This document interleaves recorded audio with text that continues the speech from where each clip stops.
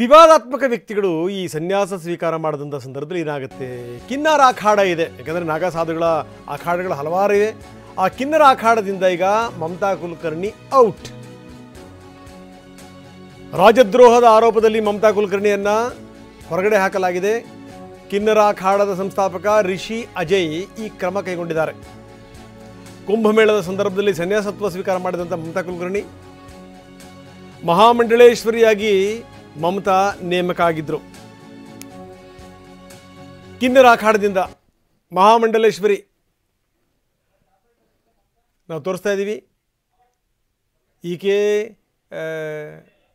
ಹಲವಾರು ಚಿತ್ರಗಳಲ್ಲಿ ನಟನೆ ಮಾಡಿದಂಥ ಮಮತಾ ಕುಲಕರ್ಣಿ ವಿವಾದಿತ ನಟಿ, ಹಲವಾರು ವಿವಾದಗಳನ್ನು ಮೈಮೇಲೆ ಎಳ್ಕೊಂಡಿದ್ದಂಥ ನಟಿ. ದಕ್ಷಿಣ ಭಾರತದ ಸಿನಿಮಾಗಳಲ್ಲೂ ಕೂಡ, ತೆಲುಗು ಕನ್ನಡದಲ್ಲೂ ಕೂಡ ಈಕೆ ನಟನೆ ಮಾಡಿದಂಥ ನಟಿ. ಅಂಥ ಮಮತಾ ಕುಲಕರ್ಣಿ ನನಗಿನ್ನು ಸಾಕಿನ್ನು, ನಾನಿನ್ನು ಸನ್ಯಾಸ ಸ್ವೀಕಾರ ಮಾಡ್ತೀನಿ ಅಂತ ಸನ್ಯಾಸ ಸ್ವೀಕಾರ ಮಾಡಿದರು ಕಿನ್ನರ ಅಖಾಡದಿಂದ. ಈಗ ಆಕೆಯನ್ನು ವಜಾ ಮಾಡಲಾಗಿದೆ. ಬರೀ ನಮ್ಮ ಪ್ರತಿನಿಧಿ ಹರೀಶ್ ನಮ್ಮ ಜೊತೆಗೆ ಈಗ ಸಂಪರ್ಕದಲ್ಲಿದ್ದಾರೆ. ಹರೀಶ, ಈಕೆಯನ್ನು ವಜಾ ಮಾಡಿರುವಂಥದ್ದು ಯಾವ ಕಾರಣದಿಂದ? ರಾಜದ್ರೋಹ ಅನ್ನುವಂಥದ್ದಾಯಿತು ಅಂತಂದರೆ ಯಾವ ರೀತಿಯ ರಾಜದ್ರೋಹ? ರಂಗನಾಥ್, ಇಲ್ಲಿ ಅನೇಕ ವಿಚಾರಗಳಿವೆ. ಕಿನ್ನರ ಅಖಾಡ ಅಂತಂದ್ರೆ ಇಲ್ಲಿ ಮಂಗಳಮುಖಿಯರ ಶ್ರೇಯೋಭಿವೃದ್ಧಿಗಾಗಿ ಶ್ರಮಿಸುವಂತಹ ಮತ್ತೆ ಅದಕ್ಕೊಂದು ಧಾರ್ಮಿಕ ಟಚ್ ಅನ್ನ ಕೊಡುವಂತಹ ಒಂದು ಕಿನ್ನರ ಅಖಾಡ ಇದು. ಮತ್ತೆ ಕಿನ್ನರ ಅಖಾಡದಲ್ಲಿ ಗುರುತಿಸ್ಕೊಳೋದಕ್ಕಿಂತ ಮುಂಚೆನೂ ಕೂಡ ಕಿನ್ನರ ಸಮುದಾಯದವರ ಅಭಿವೃದ್ಧಿಗಾಗಿ ಈ ಒಂದು ಸಂಸ್ಥೆ ಅನೇಕ ದಶಕಗಳಿಂದ ಕೆಲಸವನ್ನ ಮಾಡ್ಕೊಂಡು ಬರ್ತಾ ಇತ್ತು. 2019ರ ಕುಂಭಮೇಳದಲ್ಲಿ ಒಂದು ಅಖಾಡದ ರೂಪದಲ್ಲಿ ಒಂದು ಧಾರ್ಮಿಕದ ಸ್ವರೂಪವನ್ನು ಪಡೆದು ಕಿನ್ನರ ಅಖಾಡ ಸೃಷ್ಟಿಯಾಗಿತ್ತು. ಈಗ ಈ ಸಂದರ್ಭದಲ್ಲೂ ಕೂಡ ಈ ಒಂದು ಕುಂಭಮೇಳದಲ್ಲೂ ಕೂಡ ಇದು ಹೆಚ್ಚು ಸುದ್ದಿ ಆಗಿತ್ತು. ಯಾಕಂತಂದ್ರೆ ಮಮತಾ ಕುಲಕರ್ಣಿ ಅವರನ್ನ ಸಾಧ್ವಿಯಾಗಿ ಸ್ವೀಕಾರವನ್ನ ಮಾಡಿ ನಂತರ ಅವರನ್ನೇ ಮಹಾಮಂಡಲೇಶ್ವರನಾಗಿ ಕಿನ್ನರ ಅಖಾಡಕ್ಕೆ ನೇಮಕ ಮಾಡಲಾಗಿತ್ತು. ಇದು ಕಿನ್ನರ ಅಖಾಡದಲ್ಲಿ ಅಸಮಾಧಾನಕ್ಕೆ ಕಾರಣ ಆಗಿತ್ತು. ಮಮತಾ ಕುಲಕರ್ಣಿ ಮತ್ತೆ ಕಿನ್ನರ ಅಖಾಡಕ್ಕೂ ಏನು ಸಂಬಂಧ ಇಲ್ಲ. ಅವರು ಒಂದು ಹೆಣ್ಣು, ಇಲ್ಲಿ ಮುಖ್ಯವಾಗಿ ಮಂಗಳಮುಖಿಯರ ಶ್ರೇಯಾಭಿವೃದ್ಧಿಗಾಗಿ ಇಲ್ಲಿ ಕೆಲಸ ಮಾಡ್ಬೇಕಾಗುತ್ತೆ. ಮತ್ತೆ ಇಲ್ಲಿ ಬಹುತೇಕ ಇರ್ತಕ್ಕಂಥವ್ರು ಮಂಗಳಮುಖಿಯರು.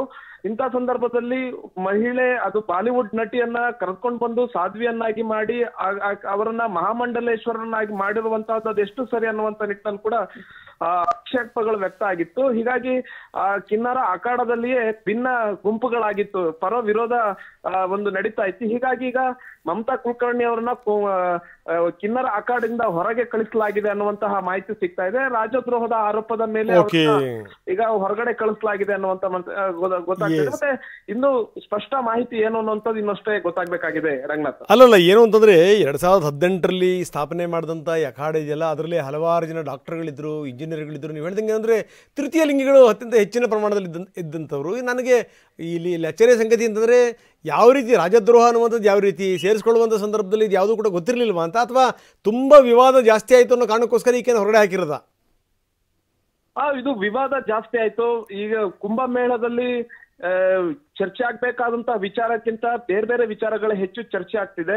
ಮುಖ್ಯವಾಗಿ ಜುನಾ ಅಖಾಡದಿಂದ ಇದ್ದಂತಹ IIT ಬಾಬಾ ಏನು ಅನ್ನುವಂಥದ್ದು ಏನು ಚರ್ಚೆ ಆಗಿತ್ತು, ಅವರನ್ನು ಕೂಡ ಇವ್ರು ನಮಗ್ ಸಂಬಂಧಪಟ್ಟಿಲ್ಲ, ಅವ್ರ ಬಗ್ಗೆ ಹೆಚ್ಚು ಪ್ರಚಾರ ಮಾಡಬೇಡಿ ಅನ್ನುವಂಥದ್ದನ್ನು ಕೂಡ ಅವ್ರನ್ನ ಹೊರಗಡೆ ಕಳಿಸಲಾಯ್ತು.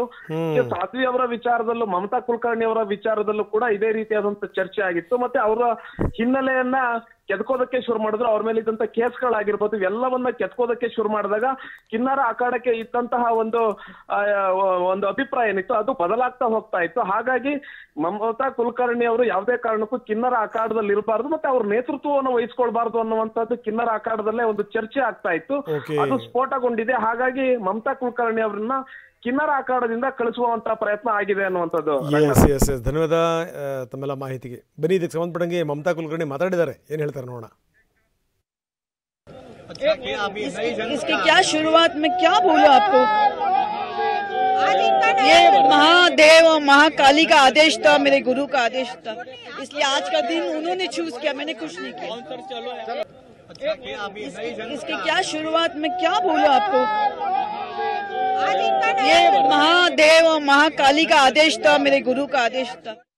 ಸನ್ಯಾಸ ಸ್ವೀಕಾರ ಮಾಡುವಂಥ ಸಂದರ್ಭದಲ್ಲಿ ಮಮತಾ ಕುಲಕರ್ಣಿ ಆಡಿದಂಥ ಮಾತುಗಳು ಇದು ಎಲ್ಲವೂ ಕೂಡ ದೈವೇಚ್ಛೆ ಅನ್ನುವಂಥ ಮಾತು. ನೋಡಿ, ಇಲ್ಲಿ ಗಮನಿಸಬೇಕಾದಂಥ ಒಂದು ಸಂಗತಿ ಅಂದರೆ ಈ ಕಿನ್ನರ ಅಖಾಡ ಇದೆಯಲ್ಲ, ಅದು ಈ ಹಿಜ್ರಾ ಸಮುದಾಯಗಳೇ ಅತ್ಯಂತ ಹೆಚ್ಚು ಪ್ರತಿನಿಧಿಸುವಂಥ ಅಖಾಡ.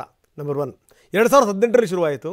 19ರಲ್ಲಿ ಇದು ತನ್ನನ್ನು ತಾನು ಪ್ರದರ್ಶನ ಮಾಡಿಕೊಳ್ತು, ಈ ರೀತಿ ಒಂದು ಅಖಾಡ ಇದೆ ಅಂತ. ಈ ಅಖಾಡ ಘೋಷಣೆ ಮಾಡಿದ್ದೇನಪ್ಪ ಅಂತಂತಂದರೆ, ನಮ್ಮದು ಶ್ರೀ ಪಂಚದಶನಾಂ ಜುನಾ ಅಖಾಡ, ಆ ಜುನಾ ಅಖಾಡದ ಅಡಿಯಲ್ಲಿ ನಾವು ಕೆಲಸ ಮಾಡ್ತೀವಿ ಅಂತ. ಆದರೆ ಜುನಾ ಅಖಾಡ ಬಹಳಷ್ಟು ಜನಕ್ಕೆ ಗೊತ್ತಿದೆಯಲ್ಲೋ ಗೊತ್ತಿಲ್ಲ, ಅತ್ಯಂತ ದೊಡ್ಡ ಅಖಾಡಗಳಲ್ಲೊಂದು. ತುಂಬ ಭಕ್ತಿ ಶ್ರದ್ಧೆ ಇರುವಂಥ ನಾಗಾ ಸಾಧುಗಳು ಅದರಲ್ಲಿದ್ದಾರೆ ಜುನಾ ಅಖಾಡದಲ್ಲಿ. ಜುನಾ ಅಖಾಡವನ್ನೇ ಪ್ರತಿನಿಧಿಸುವಂಥ IIT ಬಾಬಾ ತುಂಬ ಸ್ಪಷ್ಟವಾಗಿ ಹೇಳಿದರು, ಈಕೆಗೂ ನಮಗೂ ಅಥವಾ ಈಕೆ ಪ್ರತಿನಿಧಿಸ್ತಿರುವಂಥ ಕಿನ್ನರ ಅಖಾಡಕ್ಕೂ ನಮಗೂ ಸಂಬಂಧ ಇಲ್ಲ ಅಂತ ಈಗ ಈಕೆಯನ್ನು ಹೊರಗಡೆ ಹಾಕಲಾಗಿದೆ.